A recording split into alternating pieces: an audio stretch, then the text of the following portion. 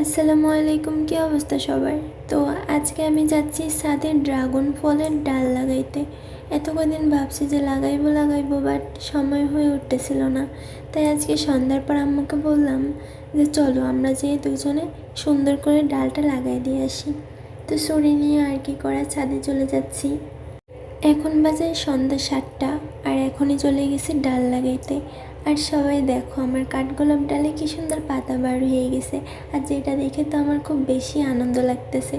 তো আমার কাছে ড্রাগন ফলের যে একটা ডাল ছিল সেইখান থেকে আম্মু 2টা ডাল করে ফেলছে। আর 2টাই সুন্দর করে লাগাই দিচ্ছে। একটা লাগাইতেছে আর একটাই মাটি খুঁজে আর একটা লাগাই দিচ্ছে।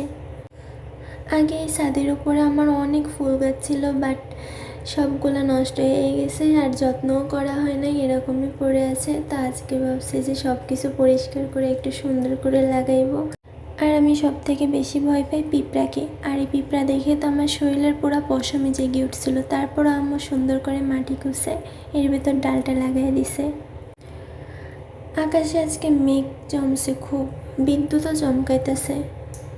আম্মুর 2টা ডালি খুব সুন্দর করে লাগানো শেষ হয়ে গেছে। এরপর খেয়াল করলো যে একটা পাতাবাহারি গাছের ছোট্ট একটা চারা গাছ হয়েছে।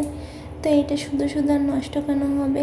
এরপর আম্মু পাশে আর একটা টবের ভিতর সুন্দর করে এই চারা গাছটা লাগিয়ে দিছে, যেন এটাও অনেক সুন্দর করে বড় হতে পারে। তবে আজকে আমি ভাবছি যে আগে যেমন ছাদের উপর অনেক ফুল গাছ, অনেক ধরনের চারা গাছ লাগাইতাম, আমি আবারও ছাদের উপর সেরকম একটা ফুলের বাগান করব।